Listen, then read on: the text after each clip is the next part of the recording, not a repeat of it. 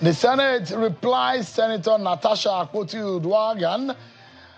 over our plan to resume duty, says the matter is still in court.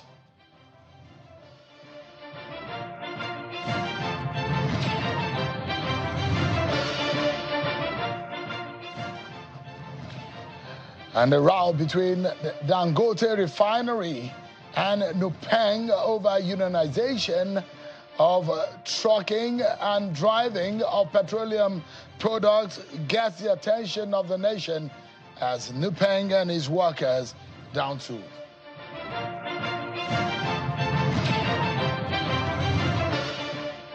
Hello everyone, welcome to the program. This is Politics Today, live on Channels Television. I am Sean Wakimale here in Abuja. Tonight our attention is on two major stories that are topping the headlines in the country today. On one hand is the Dangote-Nupeng row and the fear that there might be fuel scarcity in Nigeria. Dangote says that there won't be any, but there is a nationwide shutdown of some of the depot and the trucking activities that we're seeing. But is it an issue of monopoly or what? We'll be getting some explanation on Dangote's stand against reunionization. What really happened between the federal government mediation between Dangote and labor union leaders in Abuja. But we begin tonight with the matter involving Kogi Central Senator Natasha who has been sent home for the last 6 months, and she's insisting it's now time to go back to work. But our colleagues and the Senate saying, no, you can't just yet. Go back to court. The case is that the matter is in court. We'll be dissecting the issues also for you tonight. But before we get started, let's check out some of your political roundup stories.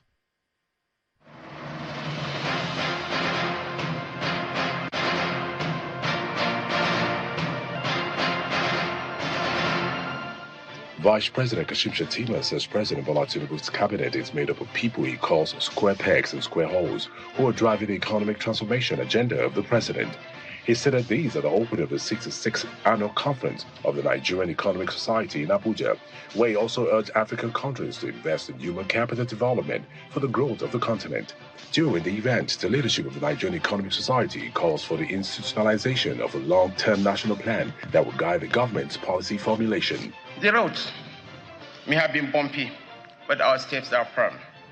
Consistent quarterly GDP growth, improved fiscal space, growth in external reserves, decline in inflation, stabilized exchange rates, and steady expansion of our infrastructure stock are gradually restoring investor confidence in Nigeria's economy. The House of Representatives Committee on Land Transport has issued a 48-hour ultimatum to the Minister of Transportation, Mr. Saidi Al-Ghali, to appear before it over the recent derailment of an Abuja-Kaduna-bound train carrying 618 passengers. The ultimatum follows the failure of the minister to honor the committee's invitation. The committee, which is investigating the train incident, which occurred 2 weeks ago, describes the minister's action as unacceptable. To attend an all-important engagement to account to Nigerians on the derailment, the recent devastating derailment between Abuja-Kaduna Rail. We demand the presence of the Honorable Minister within 48 hours to appear before this Honorable House. Meanwhile, the National Bureau of Statistics is partnering with the Independent National Electoral Commission, INEC, to see how the Commission's network of locations for electoral services can be used for citizens' benefits beyond elections. The Statistician General of the Federation, Mr. Adeyemi Adeniwal, said these at a meeting with the INEC chairman at the Commission's headquarters in Abuja. Some community leaders from Warri Federal Constituency led a protest to the INEC headquarters, demanding immediate stoppage of the ongoing voter registration exercise in the constituency. Lastly, Governor Nasir Idris of Kebbi State has issued a stern warning against any form of political violence in the state. He urged citizens to participate actively in the ongoing voter registration exercise, emphasizing that the Permanent Voters Card (PVC) is the most powerful tool in a democracy, not weapons. The governor made his call during the commissioning of the All Progressives Congress APC Secretariat in Aguiye local government area of the state.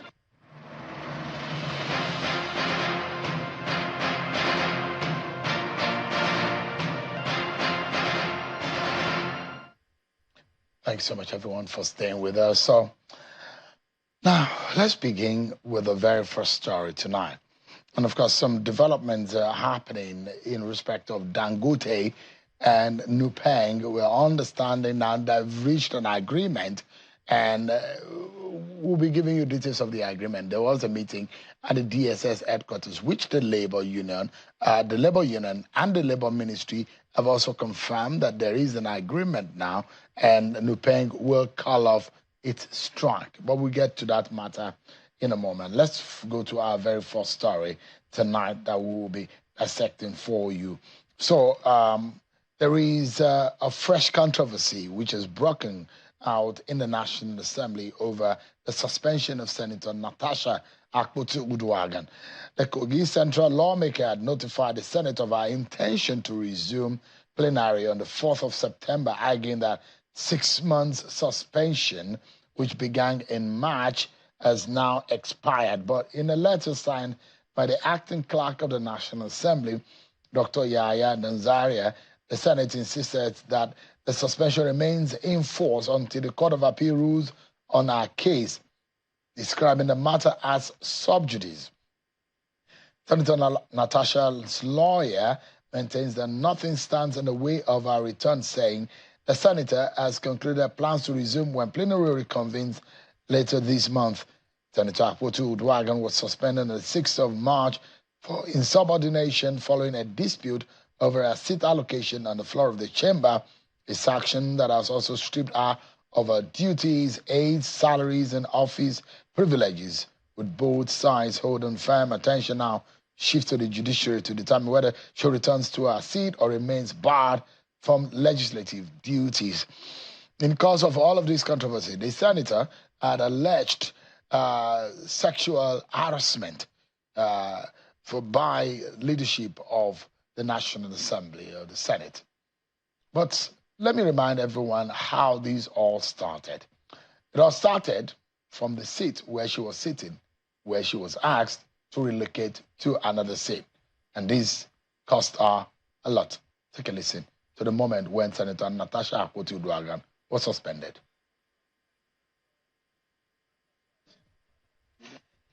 That the Senate do suspend Senator Natasha Akpotu-Uduaghan for 6 months for a total violation of the Senate Standing Rules 2023 as amended, for bringing the presiding officer and the entire Nigerian Senate in general to public opprobrium.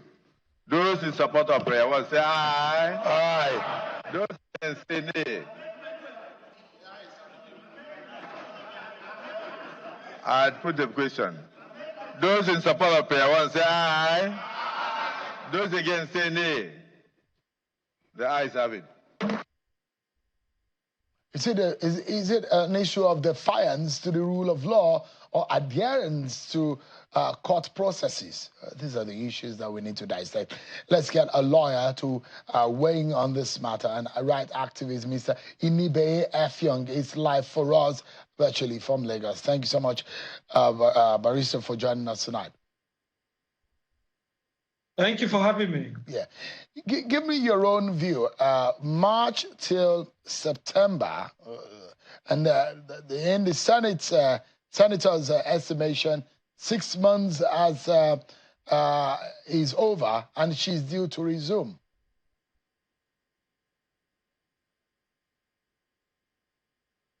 Well, what has happened really is, again, another indication that the whole controversy between the Senate President, Senator Godswill Akpabio, and Senator Natasha Akpotu-Uduaghan had more to do with personal ego. The personalization of the issue has now been vividly demonstrated by what is now evidently an act of lawlessness on the part of the Senate. If you read the resolution of the Senate, passed, I think, on the 6th of March, 2025, the resolution was quite explicit on the basis for a suspension, number one, the duration for which the suspension was subsists, the precondition that she was required to attain or satisfy before the suspension can or may either be lifted or the duration be reduced.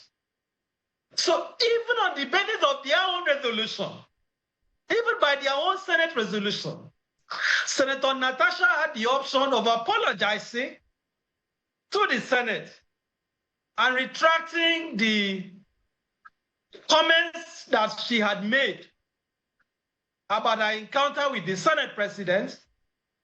And what they said was going to a wrong seat or taking a seat that was not allotted to her. She had the option to apologize. She had the option to make amends in line with the expectation of the Senate. She chose to go to court to contest her suspension, because don't forget that there was a lawsuit pending before the 6th of March. She had preemptively challenged the processes which crystallized in her suspension. So if the Senate, in their own wisdom, felt that it was possible to even recall her without her having to serve or exhaust the tenure of the suspension, namely 6 months, by giving her a condition which she elected not to satisfy, what is now the basis in law? What is now the basis in morality? What is now the basis in common sense for anybody to say that having served out the term of a suspension, that the Senate can now say that because there is an ongoing appeal process at the Court of Appeal challenging the legality of the tenure or the suspension that she has fully served, therefore they can hide under the cloak of sub judice and say they are not going to recall her. I find the letter of the Senate embarrassing. I find it scandalous. I find it contemptuous. And I find it very disparaging of the sensibility of the Nigerian people, because it is simple.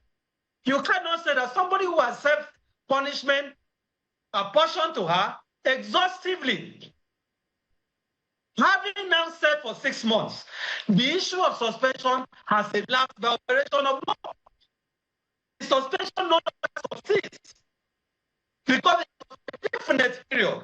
And the court have made it clear in a plethora, in a number of cases, that parliament cannot suspend a member indefinitely. Because if you go by their skewed, by their diabolical logic, it will mean that if the Court of Appeal gives the decision tomorrow on the close appeal by the Senate President and the appeal by Natasha, and either party choose to further appeal to the Supreme Court, which is possible. And the Supreme Court now decide that they are not going to decide the appeal till 2027. Senator Fabio is telling Nigerians that Natasha will not resume her legislative functions. I find this very preposterous. Mr. Effiong, I am not surprised at all. Yeah, let's take this issue one after the other. In law, the processes are seems to be very straightforward. If you are going through a legal process, until such a matter is rested by any arm of the judiciary, either the appellate or the final court in the matter, one wouldn't have said the matter has reached its end, or else the parties, or if the parties have decided to stop and wouldn't go ahead to appeal the matter.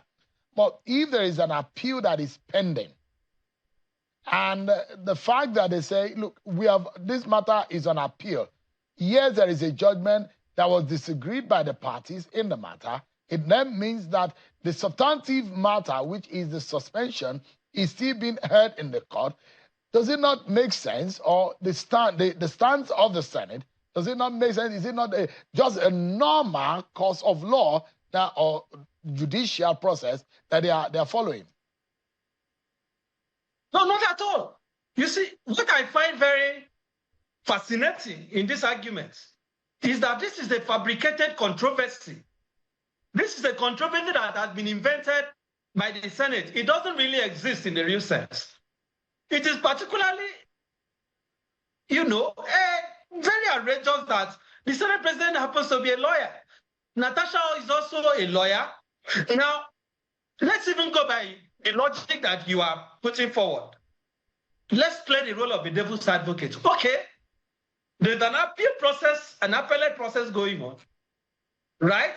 And you are saying on the basis of sub judice, you cannot allow her to resume her legislative functions. Shown as at the 6th of March, when the same Senate suspended Natasha, was there no action in court? Did Natasha not go to court to seek an order to even restrain the Senate from suspending her? And notwithstanding that order, they proceeded? That is the first question. The second question is, what is the substance of the appeal? The substance of the appeal relates to the legality and the constitutionality of the 6-month suspension, which has now elapsed by a fraction of time, which has now run its course. The person penalized having served that tenure, because what they are now doing amounts to double jeopardy. There's somebody who has been penalized for a definite period, has served that definite period. It is, let me give you an example. It is like saying that somebody who has been tried in a court, convicted for a simple offense, sentenced to 6 months, remanded in the Kirikiri Maximum Custodial Center.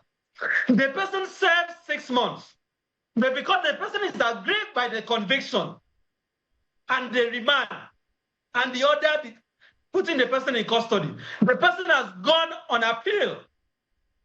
Will the Nigerian Correctional Service now say that because this inmate, this prisoner, who has now exhausted the term of conviction, having served out the term, because that person has chosen to challenge the propriety of the conviction, and the appeal is pending, therefore we are still going to hold you in our facility because it is sub judice. We are not going to release you to enjoy your freedom, despite that you have served your imprisonment. This is the kind of witchcraft logic that the Senate is putting forward. It doesn't make sense. And year one law students will know better. So for the institution of the Senate to be desecrated in this manner, for Senator Fabio to use the office of the Senate President to pursue what is now demonstrably a personal vendetta, it now calls to question whether really was there a modicum of veracity in what Natasha said? If she lied about allegation against the Senate President, if all she said was false, why is Akpabio not allowing time and history to be dictating? How come that even after this woman has served her punishment, you are still saying she cannot resume her functions? There is no further resolution of the Senate saying that duration of suspension has been extended. In any event, they cannot suspend her further in law. So to now hide under the cloak of an appeal and say that because she's challenging your power to suspend her, she's challenging the basis upon which she suspend her, despite that she has served that term, she cannot resume her functions. So now, let's look at it, Mr. Effiong. There are those who will say, understanding legislative processes, if you are suspended for a period of time, it means the legislative sitting period. And there are those who will calculate it in this way. And this has happened before. Mathematically speaking, the legislative sitting days are just about 3 days in a week. They sit on Tuesday, Wednesday, and Thursdays. Usually they don't sit on Mondays, on Fridays, except if there are extraordinary things that happen. Now, it is those days that is said to be calculated to make up 6 months legislative sitting. And those who say, oh, yeah, if you calculate that, which has become like a norm in the legislative language, that the term for Senator Akpoti Uduaghan's suspension subsists. There are those who have that argument that even at that, suspension will still linger more. I'm not sure if any reasonable person can put forward that argument. But let's even assume, for argument's sake, that there are actually persons in this country who would advance that argument. The argument collapses on the face of it. The suspension speaks for itself. The instrument of suspension, the answer of the Senate. Go and look at the resolution of the Senate. You just heard the resolution where Fabio read out a suspension. It is explicit that the Senate do resolve to suspend and hereby suspend Senator Natasha for 6 months. Not for 6 legislative calendar months. Take note of that. Because Parliament is elected for 4 years. For 4 years. Not for 4 legislative years. So if you are suspending a senator for 6 months, it's 6 months simpliciter, which she has said. And in any event, parliamentarians are not paid based on legislative sittings. Senator Fabio collects monthly salary, not sitting allowances. They are not paid based on the days that are legislative days in quotes. They are paid cumulatively monthly. So you cannot say, in fact, there is no basis for this kind of argument because the tenure of lawmakers in Nigeria is 6 months, even though it's renewable. It is 6 months. Okay? So you cannot say that you will now manufacture a different calendar, a different algorithm to now determine what the 6 months is. In any event, I have read the letter from the clerk of the Senate to Senator Natasha. That is not the argument that they have put forward. I don't think they will put forward that argument. It will be silly, with profound respect. It will be the height of silliness for the Senate to say that they are going to calculate the 6 months based on legislative sitting days. I think at that point, Nigerians will now call to question whether they are actually educated people in the Senate. I don't think they will make that kind of argument. I don't think Akpabio would reduce himself to that level to now say that Senator Natasha, that by their own computation, the 6 months has not elapsed. Mr. Effiong, quickly, if you were... Yeah, is the point some of us have been making. Yeah. This is a personal matter. Nigerians should stop making it about the legislative institution. This is a personal grievance between Senator Fabio, who is the Senate President, and Senator Natasha. He is now using his office to achieve his own agenda. That is what this is about. The earlier they recall her, the better for them. Because they are now embarrassing the country for that. The international community will now continue to laugh at us as unserious people. Now, it's one thing for the Senate to make a position as to what they believe the law represents or in their own interpretation of the law. The PDP has said, look, whatever the stand of the National Assembly is, it doesn't matter. The senator should go ahead and resume. If you were Senator Akpoti-Uduaghan's lawyers, would you advise differently? If I were a lawyer, I would accompany her to the Senate. I will accompany her to the Senate to resume her legislative function. Even if you are met with resistance, and she has seen those kind of resistance in the past. Well, what is the alternative? You want her to go back to court and file an action to challenge their refusal to allow her resume, so that they will now say, oh, there is now even an action challenging whether the Senate has power to stop her from resuming or not. Let us wait till the court decides it. She should not, I do not think she should play into their hands. What they are doing is the height of the state. She has to go back to court. It have to be the option. I hope it doesn't have to get to that. Because the Senate is a serious legislative body. Let Natasha go and resume her legislative functions. The letter from the clerk notwithstanding, the paper on which that correspondence is written by the clerk has more value than the content itself.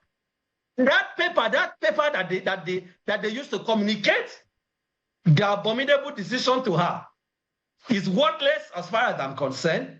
It is provocative. And we cannot simply continue this way and say that, oh, because it is about Natasha, because she's in the opposition, it's a precedent that they are setting. You cannot, and it is primus inter pares. The same president is first among equal. She's not superior to Natasha. Akpabio is from my state, don't forget. He was governor of my state for 8 years. That is why some of us kept reminding Nigerians that we know the antecedents of this man. He doesn't forgive. Akpabio doesn't have a forgiving spirit. I can tell you. He's very vindictive. And I can also tell you that this is a man that will go to any extent to trample on the rights of people. I will stand by that any day. Because his tenure as governor, what the House of Assembly was. No, Akpabio doesn't understand opposition. You don't oppose Akpabio and get away with it. So what is happening to Natasha now? This has gone beyond seat allocation. Because in the first place, why are you suspending somebody for 6 months for presumably or purportedly taking a wrong seat? Does it make sense for 6 months that the people of Kogi Senatorial District who voted for her, they have not had representation, they have not had an opportunity for her to raise matters of urgent national importance. They have not had an opportunity for her to sponsor a bill to support her constituents. She has not been able to communicate the grievances of her constituents to the Senate. You are basically denying them representation. You have done that for 6 months. This woman has suffered for 6 months. She has now served 6 months. You are still simply saying you are not going to allow her to resume. I think Nigeria should now realize that this has gone beyond Natasha. They are challenging us. They are spitting on our faces. This woman should be allowed to resume. Senator Natasha should be allowed to resume. There is no logic behind the clerk saying she cannot resume. There is no law in support of it. It is also immoral. This simply cannot continue. She has served her time. Allow her to resume. It's as simple as that. And what they are now doing, it seems they don't have any regard for common sense. Common sense should have prevailed by now. Look at how this has brought on embarrassment of the country. All right. Look at the the level of coverage that international media has given to this matter. And you are still saying, over my dead body, she cannot resume. This is not how to run a country. This is not how to build this democracy. We are not going to build this democracy this way. Because this is now military attitude. All right. Militaristic attitude. Dictatorship. Let Natasha resume her functions. The law is on her side. Morality is on her side. Logic is on her side. History is on her side. What will Akpabio be remembered for on this issue of Natasha? Right. What is going to be his legacy? Other people have been Senate President Shewun. What are they remembered for today? This is going to define the Akpabio presidency as the Senate President. If it's not careful. And I'm worried, as someone from Akwa Ibom, that tomorrow, if I were to go to the Senate or someone from my state was to be a senator tomorrow and aspire to be Senate President, the embarrassing example of Godswill Akpabio will be cited to say, when somebody from your state was Senate President, this was how he embarrassed the country. That is why some of us are speaking up. If this madness has gone too far, it is time to put a stop to it. All right. Mr. Inibe, thank you so much indeed for your time tonight. I appreciate it. Thank you for having me. I appreciate it. Up next on the program, the Dangote-Nupeng row gets us talking. Is it an issue of monopoly or a stance on the rights of workers in the country? There's a new development which we will be telling you. Nupeng has called off his strike. We'll be giving you details. With Kevin Emmanuel giving us insight into the situation after this break, everyone. Thank you so much, everyone, for staying with us. We will be getting to the impact of the boardroom row, which has led to implications on the street, because we're already feeling it on the street. This is about the Dangote-Nupeng row. There is a new development, and it looks to me that a resolution is now officially confirmed. We understand that Nupeng has suspended the strike action after DSS and the finance minister's intervention. Dangote Refinery, we understand, and its management have agreed to workers' rights to unionize, according to the acting general secretary of the Nigerian Labour Congress, Mr. Benson Uba, who was at the closed-door meeting at the DSS headquarters. Both parties came to the agreement, which made the leadership of Nupeng to suspend the strike. The Ministry of Labour has confirmed the development and promised to send a statement soon. You will be seeing the memorandum of understanding, which we understand has been signed.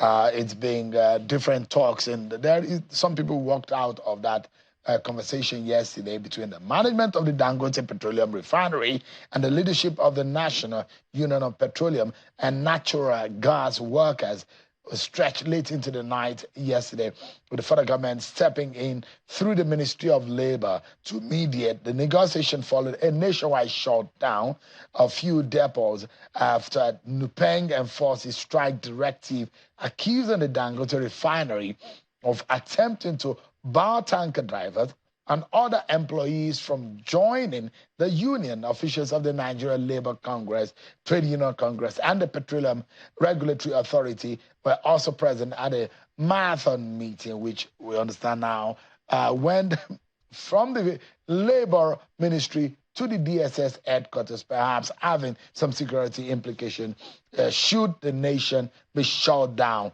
in terms of oil and gas production and transportation.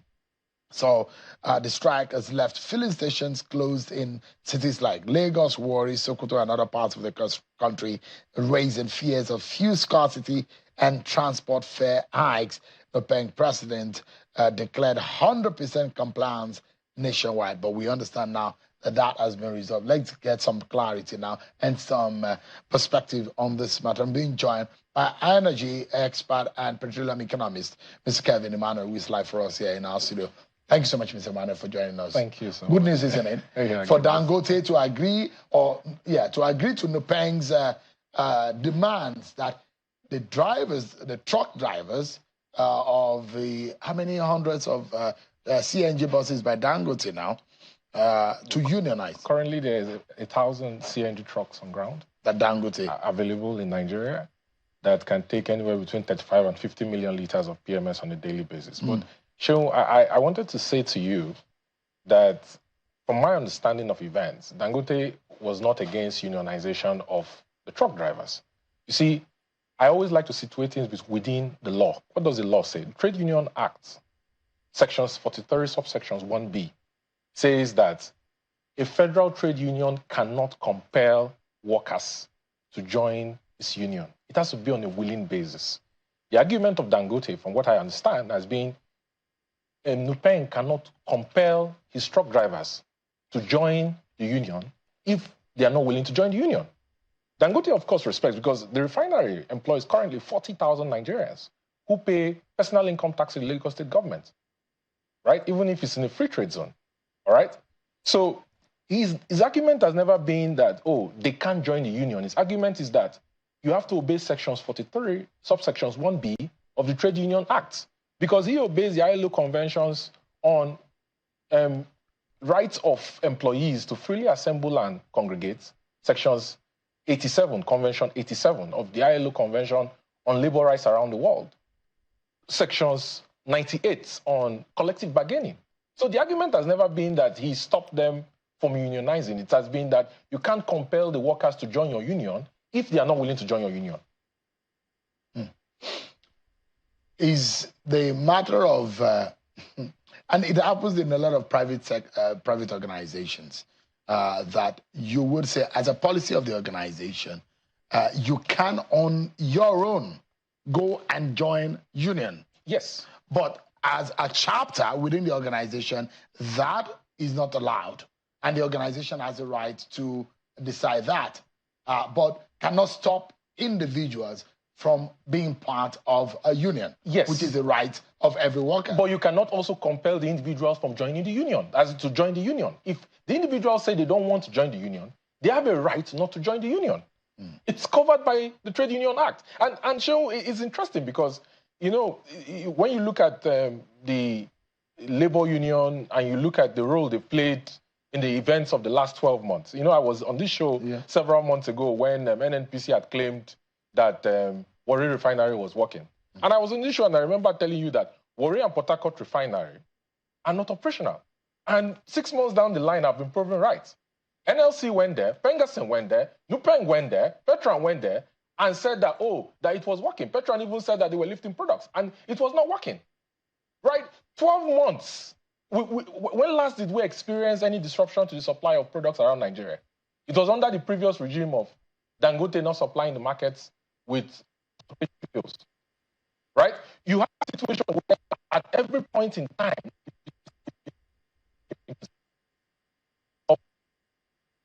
came to say that the sulfur level of his diesel, AGO, does not meet up with the regulatory standards. Meanwhile, the actual people who don't meet up with the regulatory standards are the marketers who import to Nigeria, because NMDPR, as a regulator for the mid and downstream sector, does not have a lab to test for products at the ports as specified in the PI. You know, so you've had these people congregate to place obstacles in the way of Dangote since he started operations. If it was not, you can't sell to the Nigerian market, it is, you know, you don't have the right specification of products to supply the Nigerian market. It is the government does not have the crude supply based on domestic crude supply obligations in sections 109 to supply with crude oil feedstock it needs. Dangote is spending $650 million every month importing crude oil into Nigeria to refine. To, you know, NNPC struggling with Dangote, when you consider the fact that NNPC is not supposed to struggle with him, they are shareholders in the refinery. So he constantly placed obstacles on his way. And, you know, from a broader perspective, the agenda for this strike action was not actually, you know, whether the workers are allowed to unionize or not. And Nupeng was being used as a proxy, as a last form of defense for the marketers who realized that they failed. But you know because you have a situation, where the number of CNG trucks that Dangote has on ground today can supply Nigeria. 27,000 retail stations around Nigeria have registered to take products from him. The recent increase in the price of CNG per standard cubic unit from a little over 200 to over 400 naira, it was actually targeted at Dangote to ensure that, you know, his economics on the cost of delivering products directly to filling stations, like he's promised in his business model, does not succeed. Okay, so let's look at it from this matter. You know that there is anger in the downstream about Dangote's operation. A lot of the operators think that Dangote is overreaching. And I'm very sure that you operate in that sector, and you know that a lot of them are not happy with him. And you see Dangote as a single investor who has investment now in the upstream, in the middle stream, and in the downstream. And there are those who say this monopoly could cause Nigeria energy insecurity. One man who allowed to do all of that is dangerous to the economy. The company that Dangote uses to operate, and they're going to begin operations, OML 71 and 72, or PML 71 and 72, is actually not Dangote. Dangote is only in the midstream sector. Dangote is not in the downstream sector. But he has a license to operate. But it's not Dangote. The name of the company that has... But he has an investment in it. He has an investment. So the PIA says that if you're going to play as an integrated energy company, you're allowed. If you're going to play as a company, you're not allowed to use the same company legal entity up, mid, and downstream. And I'm saying to you, Seun, today, in response to your question, that he's only operating in the midstream sector today. He's not in the upstream, because the entity that operates legally upstream is not Dangote. So, no, one of the fears, and I'm establishing that fact that there are those who think that monopoly is being taken too far, and that is dangerous for one single individual. And you see that happen in the rest of the world, where government will caution individuals to say, your monopoly is dangerous to the existence of our nation. Now, the other parts to the conversation is to the effect that, look, you've taken the jobs off some people's hands. By introducing, you are the one refinery. You are the one who wants to truck. You've taken a whole sector out of business. So he's employing 8,000 truck drivers. He's employed 40,000 people at the refinery who are paying personal income tax to the Lagos state government, right? He's created so much in the value chain, you know, not just for petrol, automotive gasoline, oil, or Jet A1 that is now being exported to EU, the UK, and the US. He's also exporting polypropylene crystals. He's exporting residual fuel oil. It's creating so much value that didn't exist today. The returns Nigeria gets per barrel of crude oil is no longer you bring crude to surface, you send it to terminals, and then you export. He's refining into derivatives, and he's bringing in net export processing to Nigeria. As a matter of fact, when the GDP was recently based on 2019, from $188 billion to $253 billion, that has brought down Nigeria's debt-to-GDP ratio from 52% to 39.1% currently, Dangote was mentioned as a consequential factor in the increase of Nigeria's GDP size. So Dangote is of positive value than negative? Absolutely positive value. Are there the cons in this matter? I don't see the cons. I don't see the cons. And the reason I don't see the cons is because for more than 30 years, Nigeria has been importing dirty fuels into the country. We've not done environmental impact assessments to measure the impact of the dirty fuels. We've not done a public health inquiry. Does Dangote even allow the regulator to check? NMDPRA officials are stationed at the refinery. But they complain that Dangote will not allow them to check properly. No. I mean, that they don't allow them to do their oversight. So NMDPRA, as a regulator, has a license to the refinery called the license to operate. If Dangote refuses them access to any part of that refinery, that LTO will be withdrawn. So that is completely false. They can't put out an official statement to this effect to say that it doesn't allow them full access to the refinery. But they are grumbling, and I'm very sure let them put out an official statement. There are grumblings, and you will hear. Now, the thing for me is that you could mention billionaires and companies owned by individuals in the United States that the United States is proud of.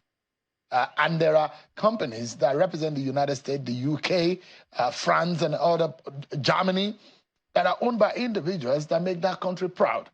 And now, I look at Dangote, is an example to the rest of the globe. It stands as one man. When Nigeria is mentioned, easily when you mention Nigeria, you almost want to ask, what about Aliko Dangote?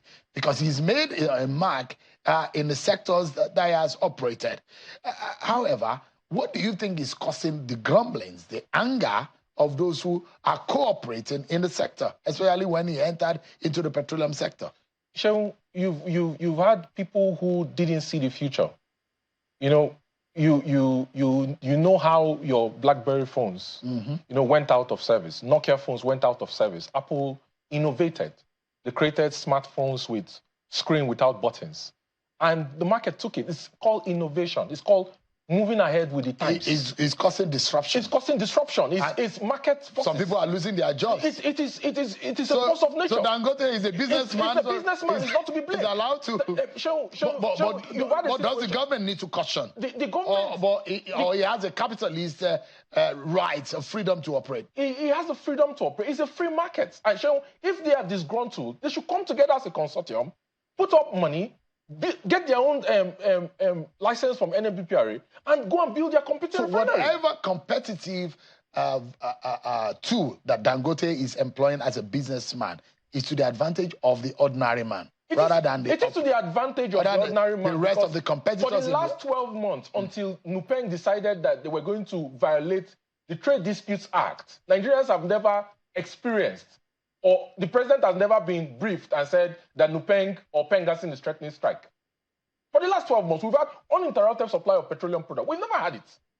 Since Dangote came, they have come now because they are realizing that their depots in Lagos, in Warri, in Calabar are going to go out of service. They are obsolete because Dangote is doing 44 million liters of PMS as we speak. He's doing up to 26 million liters of diesel and he's doing up to 14 million liters of Jet A1.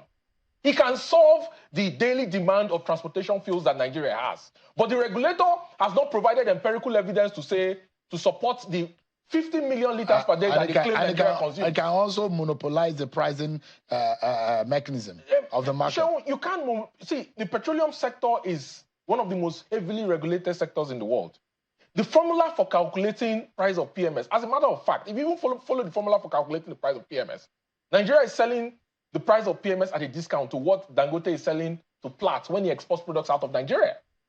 He is trying to bring in these CNG trucks to deliver directly to consumers so that there's no room for middlemen playing games with supply of products or altering the quality of the products. And he can also have wiggle room to be able to reduce prices and insulate Nigeria from shocks in exchange rate or the price of crude oil. quickly, we're due for a break, but before we go on that break, let our viewers see the content of the memorandum of understanding reached at the end of the conciliation meeting held at 8th September 2025 meeting between the management of Dangote Refinery and the Petrochemical Limited and the Nigeria Union of Petroleum and Natural Gas Workers held at the Federal Ministry of Labor and Employment. So the threat and the dispute was over the refusal of the management of Dangote Refinery and Petrochemical Limited to allow the employees to be unionized by registered labor unions. But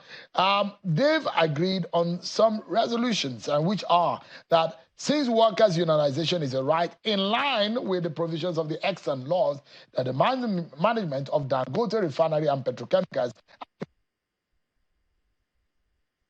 Refinery and unionization of employees and petrochemicals who are willing to unionize, that the process of unionization shall commence immediately and be completed within 2 weeks. And it was agreed that the employer will not set up any other union.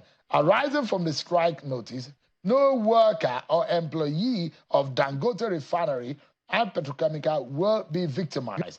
Parties will revert to the Honorable Minister of Labor a week after the conclusion of the engagement, and based on the MOU, Nupeng agreed to suspend the industrial action with immediate effect. Sayudan Tata MD Dangote Group and NMDPRA signed representation of TUC representative NLC.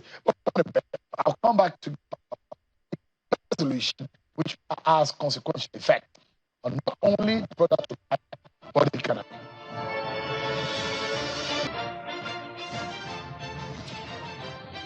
Thank you so much, everyone, for staying with us. Our closing moment with Mr. Kelvin Emmanuel, who is an energy expert and a petroleum economist. Thank you so much indeed for joining us. And so I read out to our viewers the communique and the agreement, the MOU between the Dangote Refinery and Nupeng, and it does to me that it's fair. No one will be forced to unionize. However, you will not stop anybody from unionizing, and you will not victimize anyone. There is a timeline to achieve that, and everybody goes home happy.